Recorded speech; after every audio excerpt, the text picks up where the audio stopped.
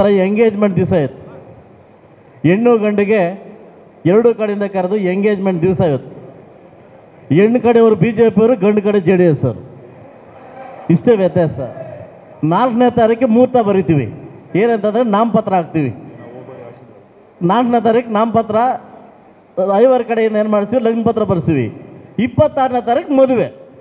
ಇಷ್ಟೇ ಇವತ್ತಿನ ಕಾರ್ಯಕ್ರಮ. ಉದ್ದೇಶ ಬೇರೆ ಏನು ಕಾರ್ಯಕ್ರಮ ಅಲ್ಲ. ದಯವಿಟ್ಟು ಒಂದು ಮಾತನ್ನು ಹೇಳಕ್ಕೆ ಇಷ್ಟಪಡ್ತೀನಿ. ಯಾವ ಟಿವಿ ಹಾಕಿದ್ರು ಒಂದು ತಿಂಗಳಿಂದ ಈ ಕಾಂಗ್ರೆಸ್ನವ್ರು ಕೋಲಾರನ ಹರಾಜಾಕಿ ಇಡೀ ಭಾರತ ದೇಶಕ್ಕೆ ಲಜ್ಜೆಗೇಡು ಥರ ಮಾಡಿಬಿಟ್ರು. ಯಾವ ಟಿವಿ ಹಾಕಲಿ ಅವ್ರಿಗೆ ಗೊತ್ತಿದೆ ನಮ್ಮ ಹತ್ರ ಕ್ಯಾಂಡಿಡೇಟ್ ಇಲ್ಲ ಅಂತ. ಬಹುತೇಕ JDS ಅಲ್ಲಿ 3 ಜನ ಕ್ಯಾಂಡಿಡೇಟ್ ಇದ್ವಿ. ಒಂದು ನಾನು, ಇನ್ನೊಂದು ಮಲ್ಲೇಶು, ಇನ್ನೊಂದು ನಿಸರ್ಗ ನಾರಾಯಣಸ್ವಾಮಿ. ನಾವು ಮೊದಲೇ ತೊಡೆ ತಟ್ಟಿದ್ವಿ, ಬರ್ರಿ ಯಾರು ಬರ್ತೀರ ಬರ್ರಿ ನಡೀತೀವಿ ಅಂತ. ಬಹುಶಃ ನಮ್ಮ ಮೇಲೆ ಬರೋಕ್ಕೆ ಅವರು ಹುಡುಕಾಡಿದ್ರು. ಯಾರು ಕ್ಯಾಂಡಿಡೇಟ್ ಹುಡುಕಾಡಿದ್ರು. ಕೋಲಾರ ಜಿಲ್ಲೆಯಲ್ಲಿ ಯಾರು ಗಣಸಿಲ್ದೆ ಬೆಂಗಳೂರಿಂದ ಕರ್ಕೊಂಡ್ಬಂದವ್ರಿ. ಬಹುಶಃ ಕಾಂಗ್ರೆಸ್ ಅಲ್ಲಿ ಕೋಲಾರ ಯಾರು ಗಣಸಿಲ್ವಾ?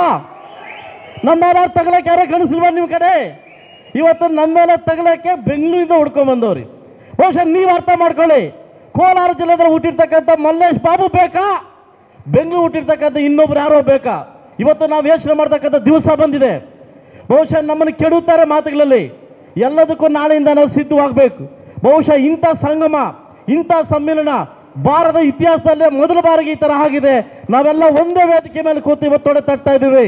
ಬಹುಶಃ ಸೂರ್ಯ ಹುಟ್ಟೋದು ಎಷ್ಟು ಸತ್ಯನೋ ಮಲ್ಲೇಶ್ ಬಾಬು ಗೆಲ್ಲೋದು ಅಷ್ಟೇ ಸತ್ಯ.